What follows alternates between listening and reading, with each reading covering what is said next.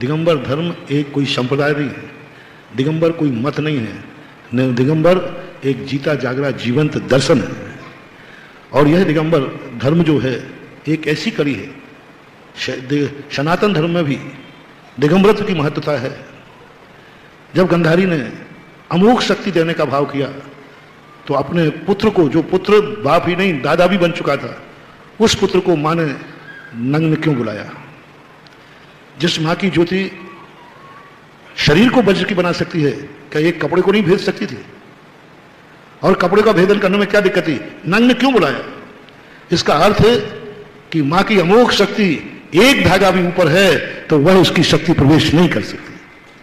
इसी प्रकार ये प्रकृति मां कहती है, यदि तुझे अमर होना है तो एक धागा भी शरीर पर नहीं रखना और जिंदगी व्यतीत करके मरण कर तो तू अमरता को प्राप्त हो जाएगा। ये स्पष्ट तरीके भिन्न भिन्न हो सकते हैं, लेकिन कहीं ना कहीं वहां नग्नत्व की महिमा बताई गई, नग्नत्व को वहां स्वीकार किया गया है अमोघ शक्ति के लिए। अब जिस संप्रदाय की तुम बात करते हो वहां भी अंत में यही होता है, वस्त्र पहनो लेकिन गांठ लगा के मत पहनो। गांठ लगाने का अर्थ क्या है? परिग्रह क्या है? इसको पहनो, मजबूरी है, लेकिन इसका अर्थ ये नहीं है कि हम उसके लिए विपरीत कर दे। ये जो बातें होती हैं ये संप्रदाय विद्रोह के कारण होती है, द्वेष के कारण होती है। तत्व दृष्टि से, शांत दृष्टि से सोचें तो अपने आप ही यह दिगंबर मुद्रा ही उनको संदेशा दे देगी कि श्रेष्ठतम यदि कोई मुद्रा है तो दिगंबर मुद्रा है। ये पशु मुद्रा नहीं है, ये निर्विकार मुद्रा है, निर्विकारी मुद्रा है।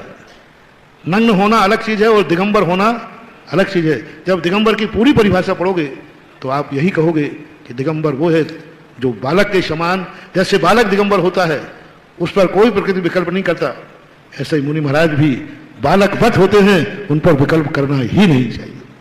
और ये कुछ अराजक तत्व होते हैं, वो जो महिला जो भी घटना घटी है उसकी गलती नहीं होगी, कुछ अराजक तत्वों ने इस प्रकार की उपद्रव करने के लिए, कभी राजनीतिक उपद्रव, कभी सामाजिक उपद्रव करने के लिए लोग इस प्रकार के हथकंडे अपना लेते हैं। कैसे सरकार को बदनाम करें? देखो तुम्हारी सरकार में तुम्हारे जैन धर्म पर जैनियों के लिए ये संकट आ रहा है।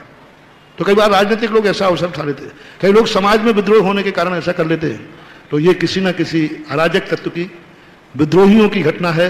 सदा से दिगंबर मुनि रहे हैं, सदा से भारत में सनातन हिंदू धर्म भी रहा है, सनातन से हमेशा से मुसलमान और ईसाई भी रहे हैं और दिगंबर धर्म भी उनके बीच में रहा है। कोई आज से नहीं है, सदा से होता आया है। कई दुर्घटना है, एक्सीडेंट है, किसी ने बुरी नीयत से, कोई षड्यंत्रकारियों ने इस षड्यंत्र को अंजाम दिया है। इसको बवाल रूप न दिया जाए, इसको किसी प्रकार से वो न दिया जाए, इसकी उस तह तक जाया जाए कि षड्यंत्र किसका था। कई बार लोग हल्ला करने के लिए किसी किराए को लेकर शराब पिला के कहते जाओ सभा में वहां जाके गालियां बको। अब वो व्यक्ति कुछ मालूम है, उसको शराब पिला दी, वो आगे हंगामा खड़ा कर देगा। तो आज ये भी चलता है, हम समझें कि इसका रूप क्या है। किसी अच्छे व्यक्ति ने, किसी प्रतिष्ठित व्यक्ति ने किसी योजनाबद्ध तरीके से किसी मीटिंग में पास करके कोई कदम उठाया हो तो ऐसे कदमों पर अपन भी मीटिंग करके उसका खंडन करने की हिम्मत रखते हैं। किसी एकाध व्यक्ति ने उठाया हो तो ये व्यक्तिगत और एक षड्यंत्रकारी है।